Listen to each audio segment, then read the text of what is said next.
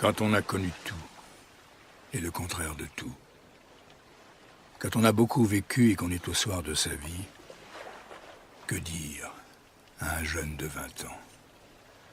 On est tenté de ne rien lui dire, sachant qu'à chaque génération suffit sa peine, sachant aussi que la recherche, le doute, les remises en cause font partie de la noblesse de l'existence.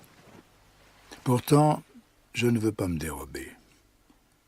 Et à ce jeune interlocuteur, me souvenant de ce qu'écrivait un auteur contemporain, je répondrai ceci. Il ne faut pas s'installer dans sa vérité et vouloir l'asséner comme une certitude, mais savoir l'offrir, en tremblant comme un mystère. À mon jeune interlocuteur, je dirais donc que nous vivons une période difficile, où les bases de ce qu'on appelait la morale, et qu'on appelle aujourd'hui l'éthique, sont remises constamment en cause, en particulier dans les domaines de la vie. Du don de la vie, de la manipulation de la vie, de l'interruption de la vie. Dans ces domaines, de terribles questions nous attendent dans les décennies à venir. Oui, nous vivons une période difficile où l'individualisme, le profit, à n'importe quel prix, le matérialisme l'emporte sur les forces de l'esprit. Oui, nous vivons une période difficile où il est toujours question de droit, et rarement de devoir, et où la responsabilité, qui est le poids de tout destin, tend à être occultée.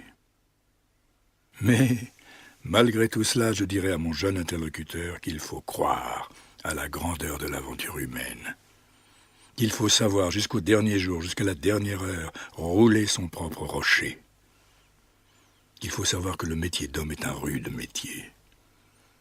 Il faut savoir que rien n'est sûr, que rien n'est facile, que rien n'est donné, que rien n'est gratuit.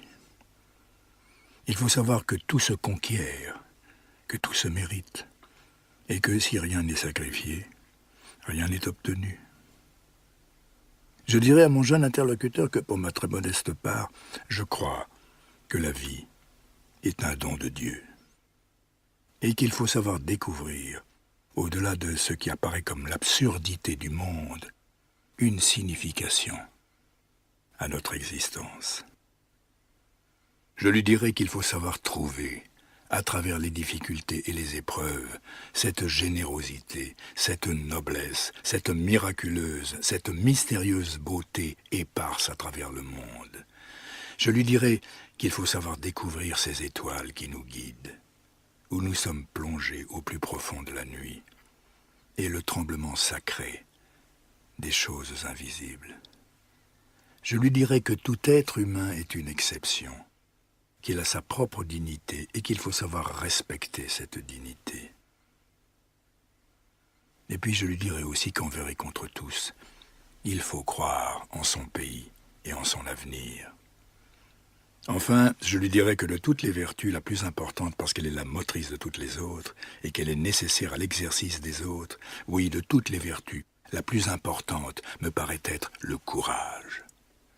Les courages. Et surtout celui dont on ne parle pas et qui consiste à être fidèle à ses rêves de jeunesse. Et pratiquer ce courage, ces courages, c'est peut-être cela, l'honneur de vivre.